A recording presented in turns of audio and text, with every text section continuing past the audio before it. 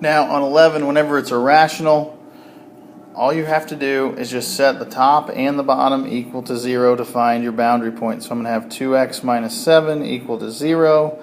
I'm going to have x minus 5 equal to 0. So I'm going to have x equal to 5. And then I'm going to have x equal to 7/2.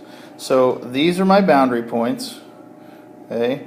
This you will actually put in for on a number line. Okay. Again, if you have a graphing calculator, you're going to be able to see this a lot easier, and you're not going to have to do as much work. Okay. And to kind of prove when it is less than 0. So again, if it's 7/2, that's 3.5. So I'm just going to start at 2. I'm going to go 3, 4, 5, and then 6. So then my boundary points now, it's including, so it's actually going to be a spot here and a spot here at 3.5 or 7/2. Okay, so since those are going to include everything, we go from there.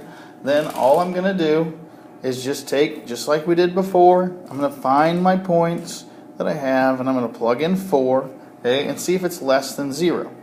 So if I'm going to plug in 4 to find out what it's going to do, so I'm going to have 2 times 4 minus 7 all over 4 minus 5.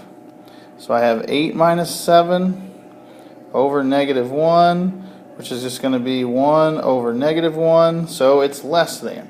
So it works, okay? Works here in that area, okay, because it's negative. So, and it's 0, and then I just continue to try. So try the 6. So if I go 2 times 6, and then minus 7 all over 6 minus 5, so I have 5 over 1, which is positive, so it doesn't work. Do the same thing, try the 2. Okay, I'm going to go 2 times 2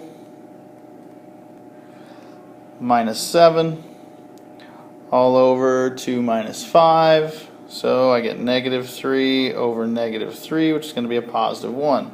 So it's bigger than 0, so it doesn't apply. Now, the one thing you've got to watch for is with your 5.